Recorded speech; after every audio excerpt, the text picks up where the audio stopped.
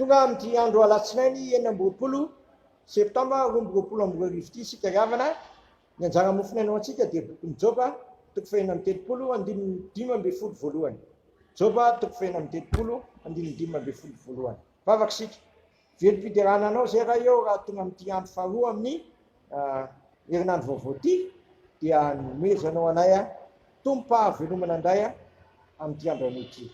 Dia mitezy ianao tompo ampahery mandrakarivanay mahatonga anay hikenena amin'ny asa fampandroana ny fotoana tsy filazantsaranao dia tratra ny olona rehetra sy ny olona manontolo tokoa ny filazantsaranao.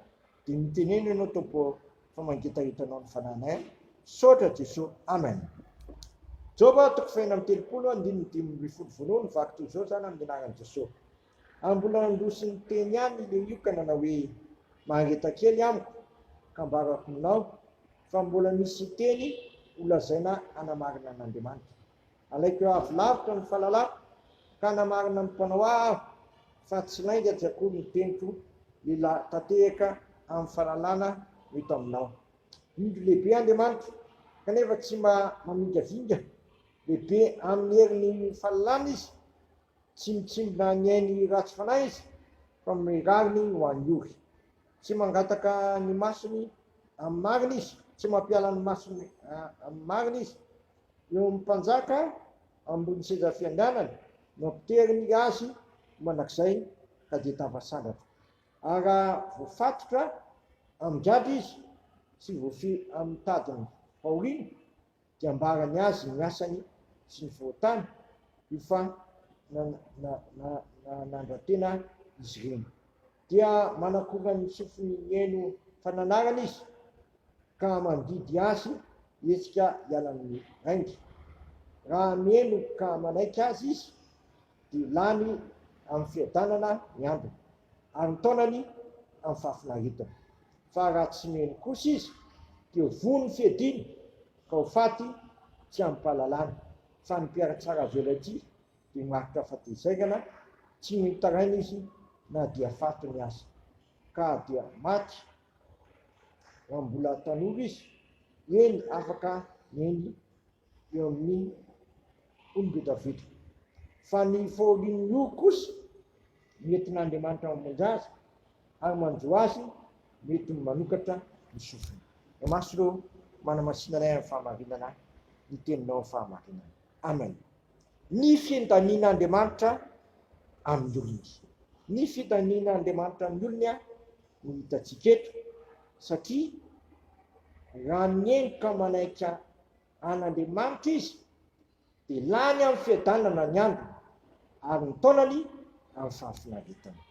Zany ry havana no afatra ho antsika aokatsika hiaino ka anaiky an'Andriamanitra. Teny hoe miaino mino dia manaiky manatanteraka zay lazain'ny tenin'Andriamanitra dia ho laninao amin'ny fiadanana ny andronao rehetra ary ny taonanao feno fahafinaretana. Iza ry havana no tsy min'izany zasy ianao? Samy mangetaheta an'izany daholo tsika rehetra. Misy atokantrano, misy ambaravarana, misy ambatan'olona.